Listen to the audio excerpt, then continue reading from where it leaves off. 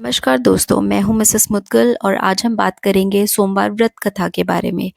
सोमवार का दिन भगवान शंकर को समर्पित होता है। आज के दिन भगवान भोलेनाथ को प्रसन्न करने के लिए विशेष पूजा अर्चना की जाती है। कुछ लोग आज के दिन व्रत भी रखते हैं ताकि शिव की विशेष कृपा प्राप्त की जा सके। बाबा भोलेनाथ के आशीर्वाद के लिए आप भी अगर सोमवार का व्रत कर रहे हैं तो शिव व्रत कथा को पढ़कर या सुनकर इस उपवास को पूरा करें।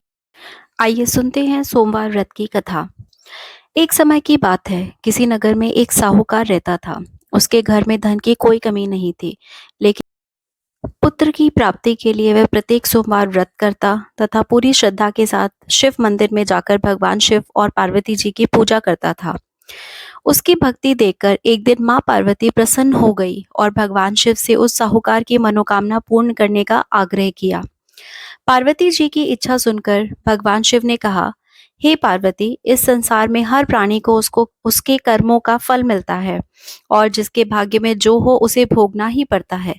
लेकिन पार्वती जी ने साहूकार की भक्ति का मान रखने के लिए उसकी मनोकामना पूर्ण करने की इच्छा जताई।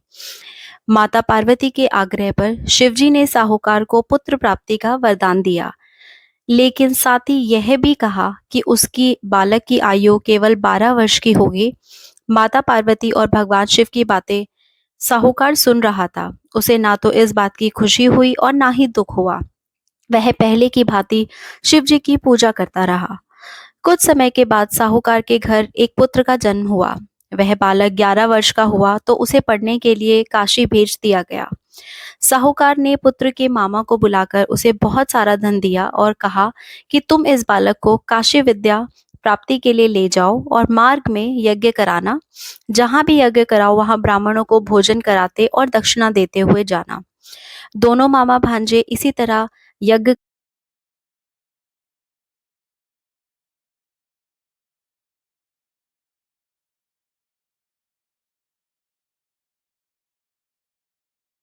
रात में एक नगर पड़ा जहां नगर के राजा की कन्या का विवाह था। लेकिन जिस राजकुमार से उसका विवाह होने वाला था वह एक आंख से काना था। राजकुमार के पिता ने अपने पुत्र के काना होने की बात छुपाने के लिए चाल सोची। साहूकार के पुत्र को देखकर उसके मन में एक विचार आया। उसने सोचा, क्यों ना इस लड़के को दूल्हा बनाकर राजकुमारी से विवाह करा दूं। विवाह के बाद इसको धन देकर विदा कर दूंगा और राजकुमारी को अपने नगर ले आऊंगा। लड़के को दूल्हे के वस्त्र पहनाकर राजकुमारी से विवाह कर दिया। लेकिन साहूकार का पुत्र ईमानदार था। उसे यह बात न्याय संगत नहीं लगी। उसने अवसर पाकर राजकुमारी की चुन्नी के पल्ले पर लिख दिया, तुम्हारा विवाह तो मेरे साथ हुआ है, लेकिन जिस राजकुमार के संग तुम्हें भेजा जाएगा वह एक आंख से काना है। मैं तो काशी पढ़ने जा रहा हूँ। जब राजकुमारी ने चुन्नी पर लिखी बातें पढ़ी तो उसने अपने पिता को यह बात बताई। राजा ने अपनी पुत्री को विदा नहीं किया, जिससे बारात वापस चली गई। दूसरी ओर साहूकार का लड़का और उसका मामा काशी पहुंचे और वहां जाकर उन्होंने यज्ञ किया।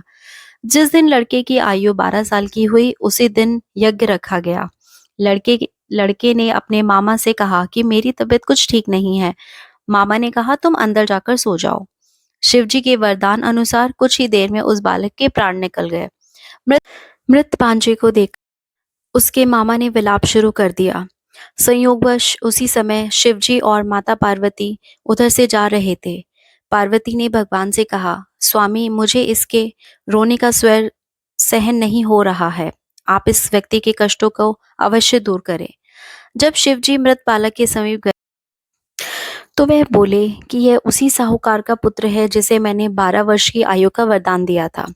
अब इसकी आयु पूरी हो चुकी है। लेकिन मातृ भाव से विभोर माता पार्वती ने कहा, हे महादेव, आप इस बालक को और आयु देने की कृपा करें, अन्यथा इसके वियोग में इसके माता पिता तड़प तड़प कर मर जाएंगे। माता पार्वती के आग्रह पर भगवान शिव ने उस लड़के को जीवित होने का वरदान दिया। शिवजी की कृपा से वह लड़का जीवित हो गया। शिक्षा समाप्त करके लड़का मामा के साथ अपने नगर की ओर चल दिया। दोनों चलते हुए उसी नगर में पहुंचे जहां उसका विवाह हुआ था। उस नगर में भी उन्होंने यज्ञ का आयोजन किया। उस लड़के के ससुर ने उसे पहचान लिया और महल में ले जाकर खातिरदारी की और अपनी पुत्री को विदा किया।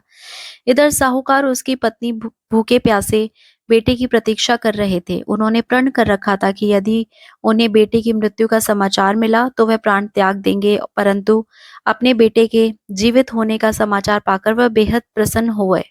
उसी रात भगवान शिव ने व्यापारी के स्वप्न में आकर कहा, हे श्रेष्ठी, मैंने तेरे सोमवार के व्रत और व्रत कथा सुनने से प्रसन्न होकर तेरे पुत्र को लंबी आयु प्रदान की है।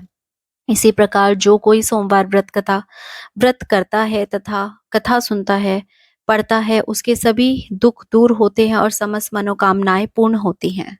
धन्यवाद।